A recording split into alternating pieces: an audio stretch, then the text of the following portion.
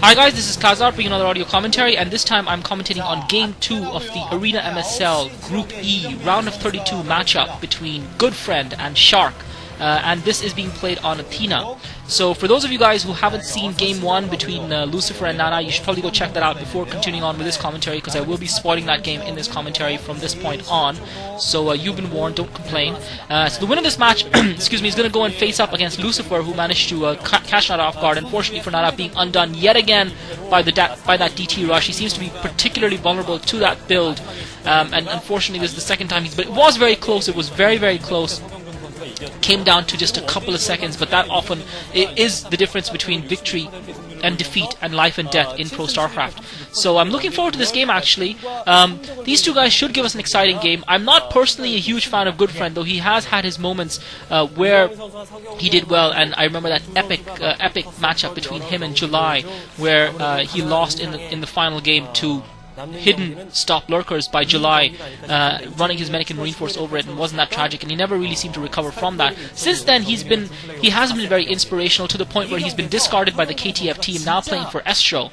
So he certainly had a huge fall in his fortunes, and it'll be interesting to see if he can revive that this season and become one of the more exciting Terran players to watch.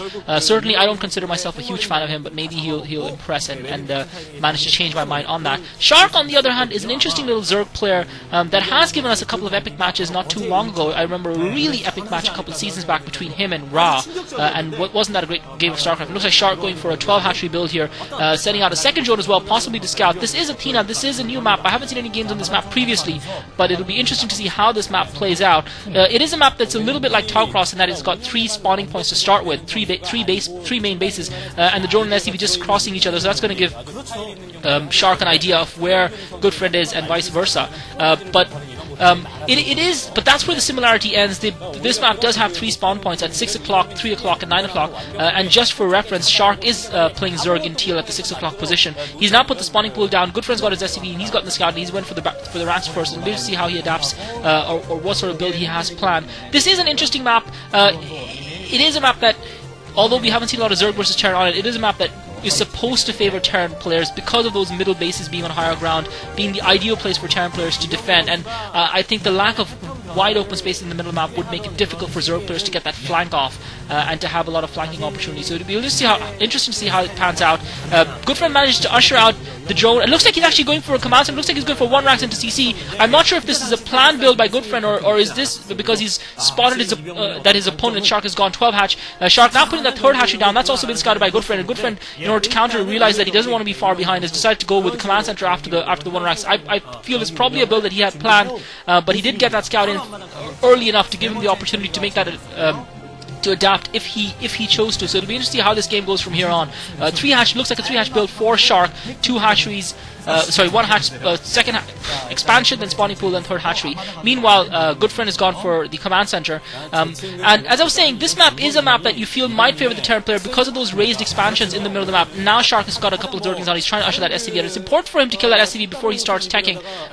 It would have been ideal if he could have taken that SCV out and pushed it out before he started that 3rd hatchery, so that he would have kept Goodfriend a little bit in the dark about whether he was going lair first, or whether he was going to put that 3rd hatchery down first, and that would have put a little bit of doubt in his opponent's mind. As it is, he wasn't able to do that, and some great SCV micro by Goodfriend, running circles around those Zerglings, and despite having 4 Zerglings, Shark unable to take that SCV down, and really this is going to hurt him here. He really needs to start his tech up. Meanwhile, Academy going down for Goodfriend, his command center continuing to build. He's now started that lair tech, and hopefully that SCV didn't see that. So finally, Shark starting up his lair tech in his main, and he's got a decent group of Zerglings out. I think personally it's better to go for a group of Zerglings early on rather than going for the sunken. Now, bear in mind, Shark does not know that Goodfriend has gone for that expansion. Goodfriend trying to sneak another SCV through. Looks like he might almost get through. The drone needs to come and kill it. The drone manages to catch the SCV on the ramp. Goodfriend almost sneaking that SCV past those Zerglings. A little bit careless by Shark. Luckily for him, he had a couple of drones heading out towards his expo, and he managed to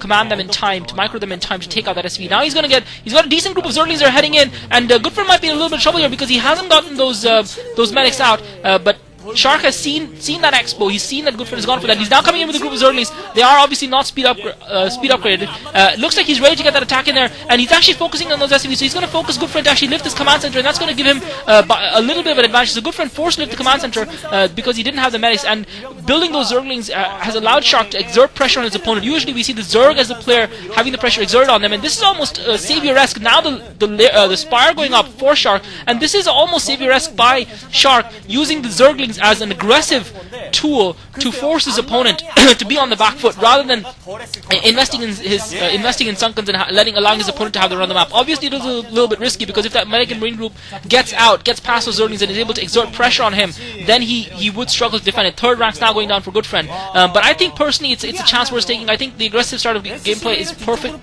the perfect start to play. He can now invest in the Sunken, and I personally feel you are better off going for the Zerglings. So now he's put the Sunken up, first Firebat out for Goodfriend. He's going to be ready to move just as soon as he has a couple more Firebats, and he has a decent sized force of Marines and Firebats to defend as well as push out. Now Goodfriend starting to push out. It's going to be down to Shark to keep Goodfriend back in his base, to keep him away from his main, so that he's not forced to expend too much on Sunken. We started up one creep colony already. It'll be interesting to see whether he's put any further. But that group of Zerglings is going to keep Goodfriend honest. It's going to keep Goodfriend from pushing out, and he's got another drone at the 4 o'clock position. Shark has got another drone at the 4 o'clock position. Looks like he's ready to start his third expansion there. Once his Spire goes up, it might be a little risky if he decides to invest in that before getting a group of Mutalisks out. He obviously needs to get that group of Mutalisks out, harassing his opponent, keep his opponent pinned back. But great job by Shark so far, keeping that group of Medical Marines at bay, and also obviously getting the lift on the command center from Goodfriend, forcing the command center lift.